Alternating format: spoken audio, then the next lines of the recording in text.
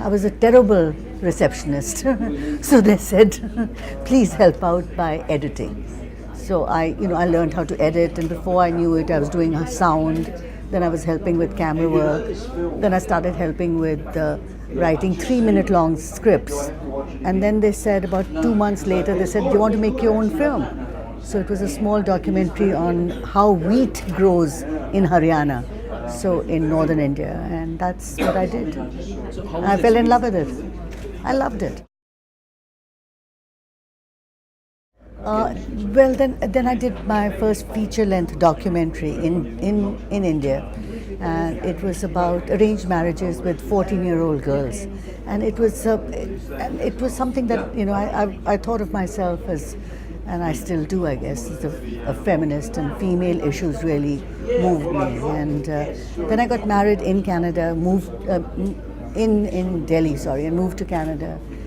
My husband was a filmmaker. I made another documentary, and then I wanted to make a feature film about what it was like to be an immigrant, and I did a film called Sam and Me.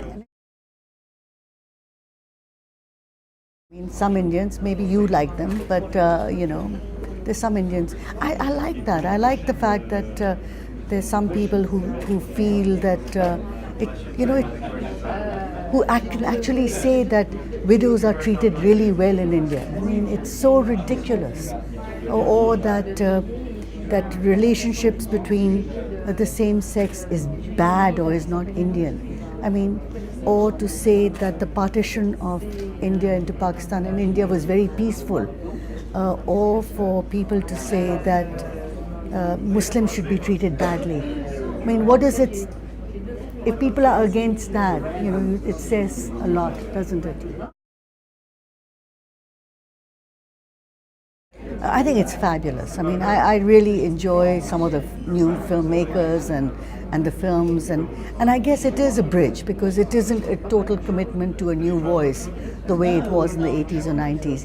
But it's happening all over the world too. I mean, it's not. But when it happens in India, I feel very happy, because it does give a voice to a voice which is a very unique voice, which is also a voice that is not untouched by the economics of and the viability of that. So I think that's very good. Stop trying to second guess the market. It's not going to happen. Even if you think you've got the Brad Pitt or Shah Rukh Khan, or you're going to just go make your own film, just forget about the market. Unless you're honest to yourself, you better not do it. Number of films that I'm really excited. I mean, we get to see all the films in competition, and I can't talk about those obviously, but it seems like a really interesting choice. And then you've got an incredible section for world cinema. I've seen some of them, but there's some that I've missed. I missed them in Cannes, and I missed them in Toronto, which I am really longing to see.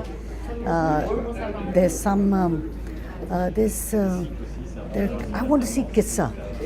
I've heard that it's very interesting, and I want to see the Italian Great Beauty. I have heard that it's just brilliant. So that should be those.